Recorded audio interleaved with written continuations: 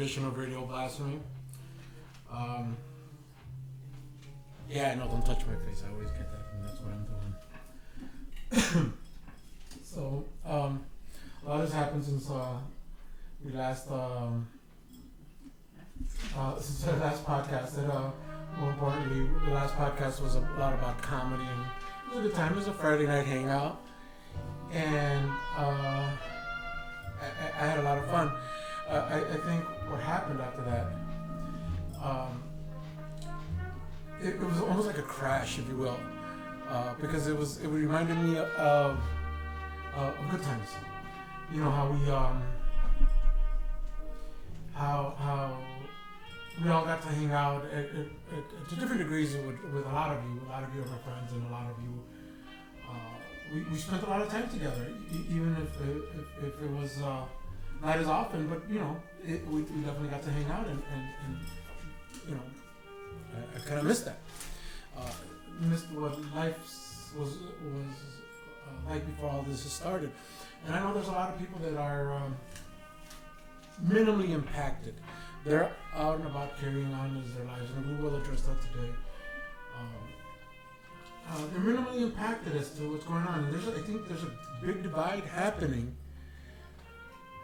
between us that are kind of essentially we're quarantined, even though we're not sick, which means you're quarantined when you're sick. But here we are experiencing a quarantine. Yes, call it shelter in place, whatever you want to say, but it's still all in the end the same. We're being asked to stay indoors, away from people. A lot to be said. Today, our president, and I know a lot of you will argue, oh, he's not my president, or this and that. You could dislike the guy or what have you. But the truth is, he's still our president. Today, April 29th, Wednesday, he announced that as of tomorrow, he will be lifting the restrictions on social distancing. I have a lot of thoughts about that. Some of you may give it some thought. Some of you are going to say, oh, the ugly orange man speaks and what have you. One of my buddies made a comment about that. And as entertaining as it is, I think we need to take it seriously. And what he's saying, just so y'all know, I have my chula gearing my conversation today. Lord knows I can monologue long enough. So, but what that means is, on a federal level, some of that protections that we have are being lifted, and that's pushing the responsibility onto the states. We're in the state of Illinois, and our governor is doing a relatively good job, but he's being taken to court because it's unconstitutional, and it may be. Many will perceive that what he is doing is unconstitutional and that he is violating our freedoms. Okay, so if that's fine. I'm not agreeing with the violation of our rights. It should be maybe more of a choice to us. The problem is, we're combating a virus, an unknown, or rather not that, an unseen agent of death. And that's what it is. Some people live, some people die. Yes, absolutely. That's with anything. And I know some people like to downplay this whole scenario. Watch yourselves. You don't know what other people are going through. Somebody posted a poem, and I shared it on our page, on our Facebook page. And it essentially says, we are not in the same boat, but rather we are in the same storm. Many people are suffering in different ways. Those that are fortunate enough, and maybe not, we don't know, that their lives have not been impacted. You get to go to work every day. You get a check at the end of every 2 weeks, or every week, or whatever it is that you get paid. You still continue life as normal. Some of us don't have that luxury, and you say, well, that's what we were fighting for you to your government. Yes. But we have a condition or a situation which can immensely impact our ability to live life as normal. And you can't ignore that. You can't downplay that. A lot of people do. And the problem is we live in a society, and I'm going to say this is a society, because there's so many moving and working parts to it, that you know, when you hear the numbers of what's actually the people dying and contagious and what have you, they're despairing. They're very different. Republican states have less numbers to report. Democratic states have higher numbers to report, and that's ridiculous. It's incredible. Why the high difference? Some are downplaying it, some are outplaying it. Why? And those are the questions that you need to ask. You know, many will say, this is all about the New World Order, or you know, this is about some secret plan. That's amazing. Keep talking about those theories. I believe in some of them, believe it or not. The problem is, in the meantime, we are all, there's not one of you that is getting away from this. We are all victims of this. Whether it's true or not, we are victims. And different capacities. But you know, with the president lifting let's call it a safety net of protection, that means that all these restrictions that were held by enforced for banks to keep from evicting you, from your landlords, those things begin to get lifted. So you no longer have that safety net. The truth is, we're not coming back to this economy that was before the pandemic started. We are going to suffer first. We're going to ease into this, and that's assuming that more people don't get sick and die. People are still going to continue to get sick and die. And those numbers, once you free up our society, will begin to increase again.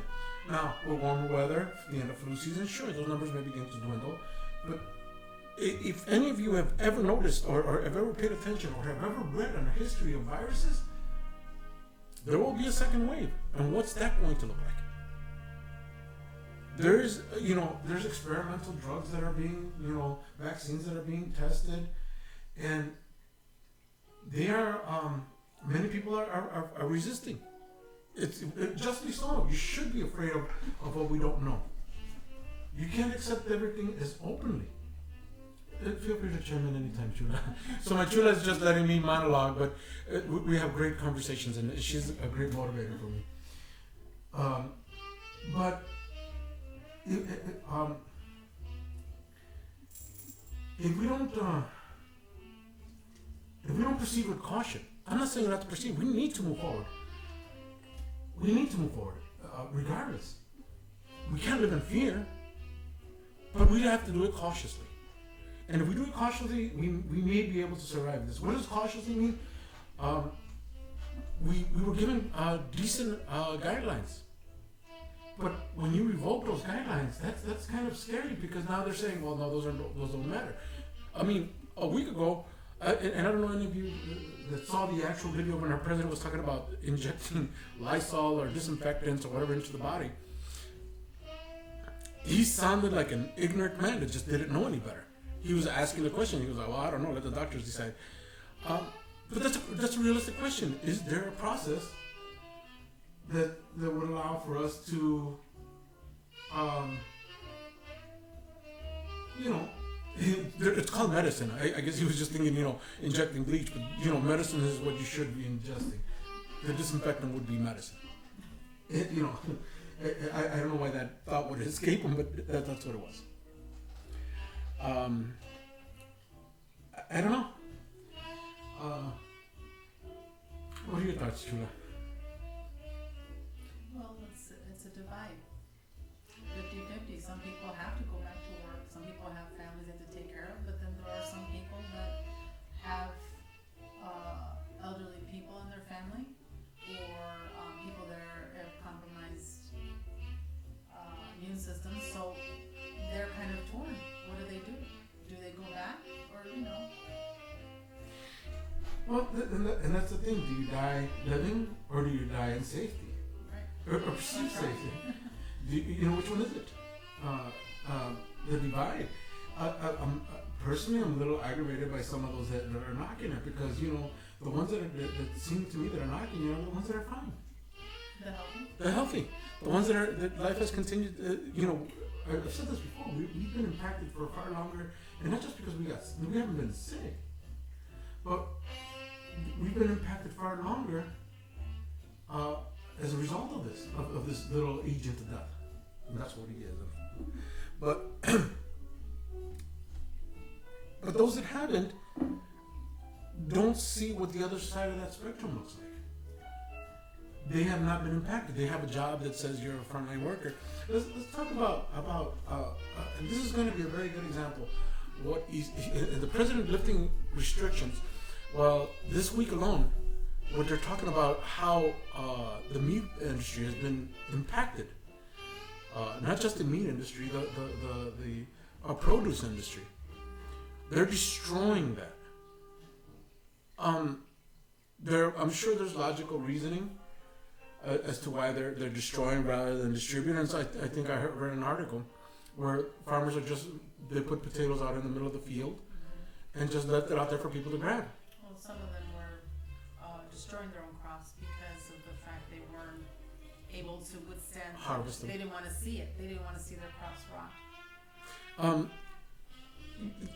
For those that I know I have a vegan audience on there, I'm sure, minimal as it may be. But I read an article. Rather, I'm gonna say this because it's true. I read a headline, and I'd rather not get into some of these things. Some of these stories are so overwhelming, and I must make a comment about that. But the vegans, I'm sure, are pretty excited about meat not being distributed. They have such a distaste for the meat and those that consume it that sometimes it aggravates them that people eat meat. And I'm sure now they're like, oh, well, your meat's going to be shorted. Remember, people. Imagine all of us being vegan. It wouldn't be sustainable. Plant life would not be. There would not be enough plant life to sustain the world. So think about that. So now there's going to be a shortage in your nourishment. Be happy that you're vegan. I'm no criticism to that. If it's a better life, sure, it's amazing. But for you to sit there and you want to convert the world, that's not your job. We are omnivores. If you don't know what that means, look it up. We are omnivores. That means we consume just about anything. God made us that way. Oh, there is no God. Then the source, if you want to call it that, whatever it is that you want to believe. Nobody. In the words of my father-in-law before he passed, and he says, nobody dies an atheist. Think about that for 1 minute.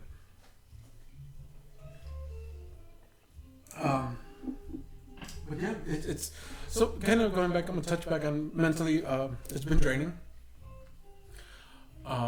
Because and I think what makes this so draining is there's an incredible amount of uncertainty. And because there is so much uncertainty, that makes it scary. Because I think we live our whole lives with some sort of plan, and all of a sudden there is no plan. And what do you do? And I know some of you are like, well, I'm again unaffected. Of course, so you're going to rebel. You're going to say crazy things. Imagine not having a job. Imagine your family members being sick from this. And I know, it's made up. Well, again, it's too many to be made up. Although, and I could defend those people that don't believe in all of it, because today our governor, we had a McCormick place set up with about 3,000 beds. They took down 1,000, and they're talking about taking out another 1,000. In other words, the projections, they were all off. Como last week blasted the president for their projections, and maybe that's why he acted today, because the projections weren't meeting what everybody's expectation was. Hurrah! But maybe because we acted and we isolated ourselves. I mean, I've gone out here and there, small errands, to keep my sanity, and in being out, people are at least in the city of Chicago, looks strange, because it just seems a little quieter than it used to be. So we're doing something right. We are beginning to flatten the curve, and that's great. But because there are rules that were implemented, what happens when you take those rules out? The numbers will rise. This is a highly contagious virus. But what if it doesn't? Then what does that say? That we were getting lied to? Well, you wonder if people will still continue to do the social distancing, still taking precautions. You wonder if people will still, my question is, will everybody go back to being the way they were? Are we going to go back to, or are we going to change and continue, to wash our hands and wear our masks and things? That'll be a question. And there's people out there that are accusing each other that you're killing me. Why are you killing me? Because you're not wearing your mask. You're not taking precautions. And some people are, and some people aren't. To some people it's real. To some people it is not real. So what do we do? Now we're dividing. We're pointing fingers at each other. Are we going to continue to do that, or are we just going to group together and try to have a better way of thinking, or not going back to the old way of thinking? We are forever changed. Our generation is forever changed. We don't know the impact of the last time we were struck with a pandemic. None of us have experienced it. And that society is gone. They are no longer here to tell us this is what happened. And this is what it was like. It's written in books, but a book never captures the emotion. A book captures fact.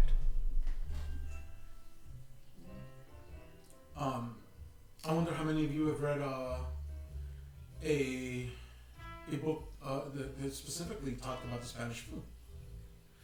Those that are listening, if you guys have any comments or questions, feel free to chime in.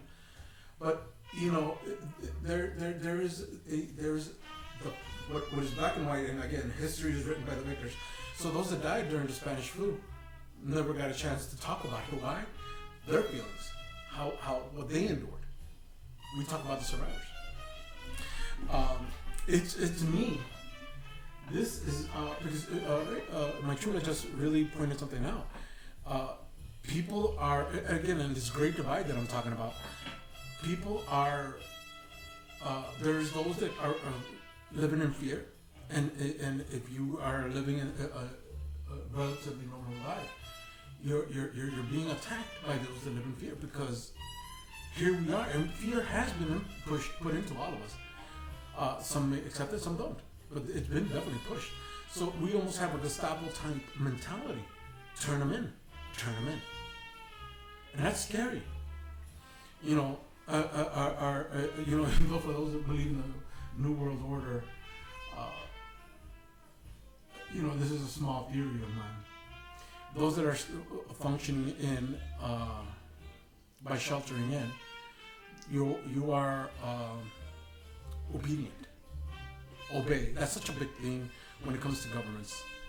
They want their constituents, they want their citizens to be obedient to the government. And that's a scary thought too. Those that are rebelling are dissidents. And they'll know who they are.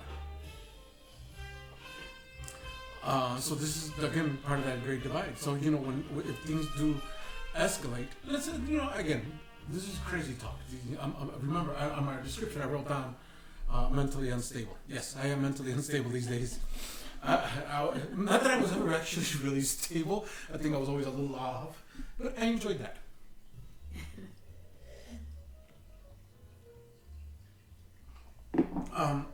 Yeah, I know some professionals to drink coffee while on the show. I don't care. This is a disclosure. My disclosure. I am far from an expert on anything. All I have is a gift of gab. So whatever I say, none of it may be fact. All of it may be fact. Who knows? Do your own research if you feel that you need to question something. I welcome it. I encourage it. Enjoy it. But I'm an expert on nothing. I'm just spouting out sometimes only headlines. Sometimes I read articles. Gonzo journalism. I'm always going to say this because I was such a fan of Hunter S. Thompson. Not the drug use necessarily, but his style of journalism, which was how we perceived how we perceive our media. And I think nobody really talks about it, but we definitely are living that. We're definitely living. We take our titles, our headlines rather, and we interpret them, and that's how we fight each other on social media, which is hilarious to me. None of you should be fighting. Some of you truly lack the intellect to be discussing things, and some of you that are nitpick or cherry pick what titles to defend, what articles to believe. You're far from all rounded.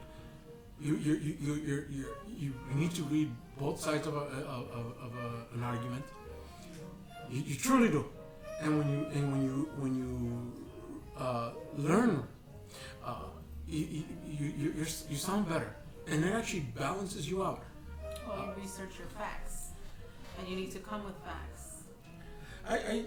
There's people on my page. They probably don't follow me anymore because they I'm a hard swallow sometimes, but because I like to be as informed as I possibly can. I'm not far from it, but I'm always willing to listen. I got into a discussion, and this is very interesting, just so you all can get an idea about religion. And in my life, I've always believed that the Catholic Church was the tree from which all religions branched off. And I'm talking about all the Protestants, Lutherans, and Baptists, and Evangelics, and the Catholic Church of England, etc., etc., etc. And what I realized, and I made that comment defending my faith. Somebody came back and says, "You people are all the same, and and you are showing your ignorance." And I was ready to all social media fight. And then he proceeded to say, "There's Eastern Orthodox and the Coptic faith." And I was like, what is that? Well, for those of you that don't know, for example, Eastern Orthodox, I'm a little more familiar. I just didn't realize the history because, again, you're taught one thing in life. The Coptic faith started 11 years after the death of Christ. So who was first? The Catholic Church didn't truly have its strength to about almost 300 AD, which is very interesting. They were Christians, but we're talking about Catholicism. As we kind of know it, the Council of Nicene and all of that began to truly form that we know now as the Catholic Church, but we always see that as the first. But no, there was other. So again, making my point that sometimes you need to hear other sides before you start arguing and become, let's just face it, a fool online. And I've seen it way too often. Well, sometimes when you're debating with somebody or you're in a discussion, you do learn something. Well, this is something that I've always said. The only thing I know is that I don't know anything. I think what makes any of us, and at least I like to consider what makes me have any level of intelligence, is the ability to find a way of learning something, and sometimes taking what somebody says and learning from it, finding out the facts, because it kind of points you and says you either know something or you don't know something, and if you don't know it, you should know it, because now you're that much wiser for it. Now I can never argue our church was the tree. No. Ours was, if you want to say, ours was one of the trees in the forest. That which is very interesting. I don't know, but it's those that like to defend blindly sometimes, and that goes. I think some of these. Again, there's my friends that are Trump supporters. Nothing against you guys. Just like some of you guys were Obama supporters, you guys were so blind, and so my Trump supporters also very blind. You can't defend people that don't know you. Neither has, in terms of policy, Trump may actually have done a better job than our President Trump, Obama. In terms of policy, there's just many things that he's kicking dirt and sometimes or dust up, and sometimes that's a good thing. It may not be perceived that way. I wouldn't say he's the greatest president ever because God, he to me. And let's talk about what is policy. I'm a point an executive order that he signed today, but he I lost my train of thought. It's not him that writes policy necessarily.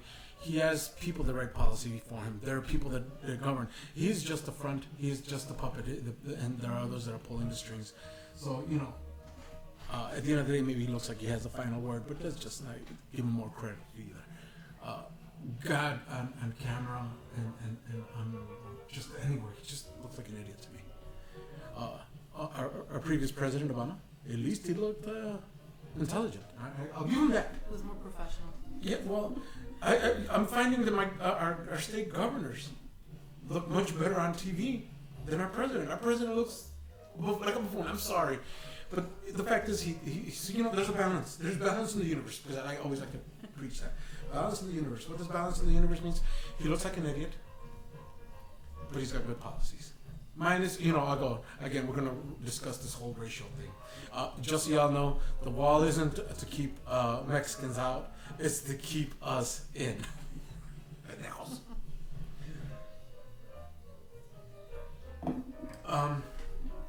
But today he signed an executive order to protect the meat industry. What's funny is, I think the criticism was that even though it is an executive order, there's no way of really enforcing what he's saying. People are getting sick. People can't work. It's particularly in the meat industry. So what happens? That's our supply chain breaking. So now I saw this, which is funny. So now the new toilet paper are meat products. Stock up on beef. If anybody's interested, let's go buy a quarter cow. Actually, you know what? We're gonna move to Mexico and become ranchers. Who's in? Oh man.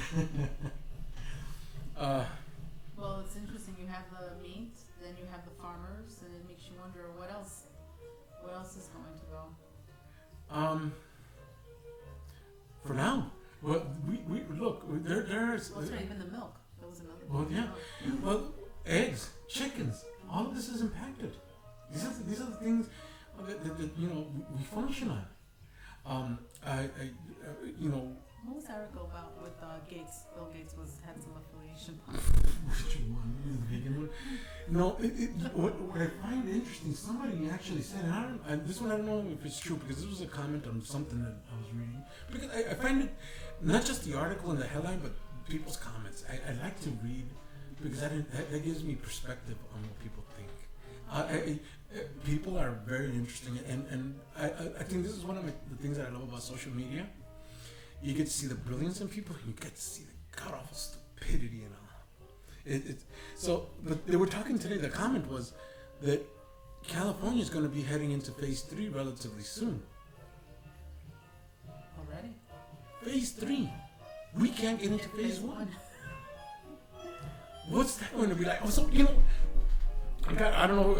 I posted a video of the Las Vegas mayor this past weekend talking about stupid. She was just trying to use sound bites, and it was what's his name? Anderson Cooper. Anderson, yeah. Oh, Cooper Anderson, whatever the hell. I'm not a fan of. He looked confused. Well, the thing that she was saying was very confusing. It's like they have no rationale. They operate on sound bites. Open up Las Vegas. Okay, but how do you plan on doing this? Well, I don't know. I don't own a casino. She said that's for them to figure out. The casino owners.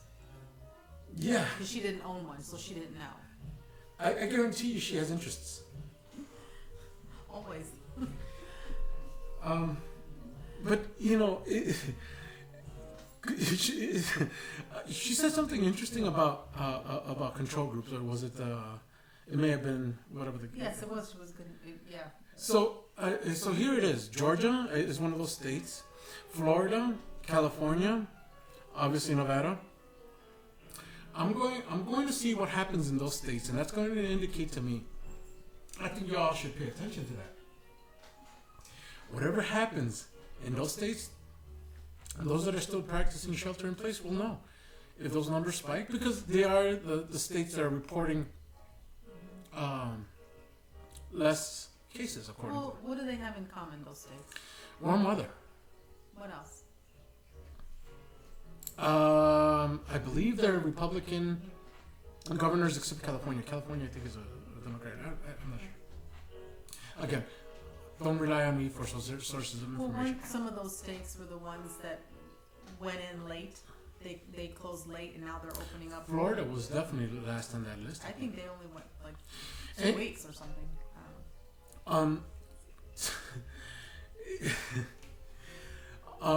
What I wanted to say earlier is, and I just remembered, is that I'm realizing, and again, we're bombarded with a lot of information, and what I'm finding is that any fool that can afford to put up a website and a hosting service can write any freaking article and say whatever the hell they want and make it look like fact.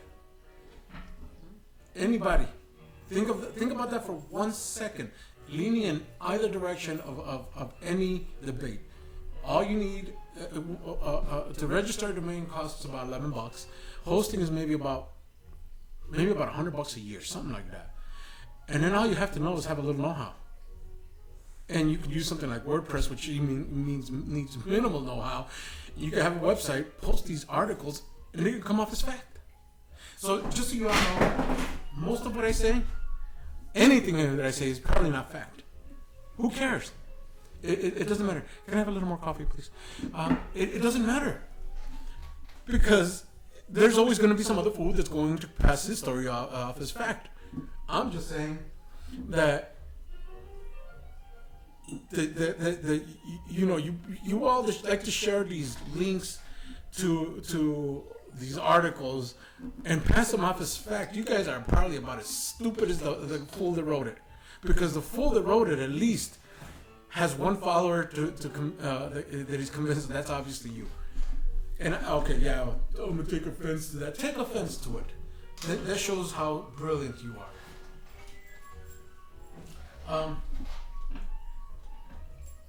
I think I've said enough today. Unless you have anything you want to discuss, I'm gonna try to be a little more consistent. I appreciate those that would listen. Spread the word, share the YouTube channel, subscribe. If you send me an email, if you ever have an opinion that you want to share, hell. I think the way things are going, we're going to allow people back into the house, and you all can come in and are welcome to talk with me. Well, I have a home anyway. I appreciate you all. I'll probably try to do this a little more often, like I said. I like this. I enjoy this. This actually really makes me happy. I like that a lot of you tune in. It makes it all worth it for me. Shula, anything? No, just thank you for listening. Some of you that catch it later, I hope you can listen to and keep up with everything. And I'm glad that we value all your opinions, all your comments, and if you can, subscribe and let people know. But like Rigo said, email if you have any questions or any topics and things of that nature. Sure. This is Radio Blasphemy. Love you all. Thank you.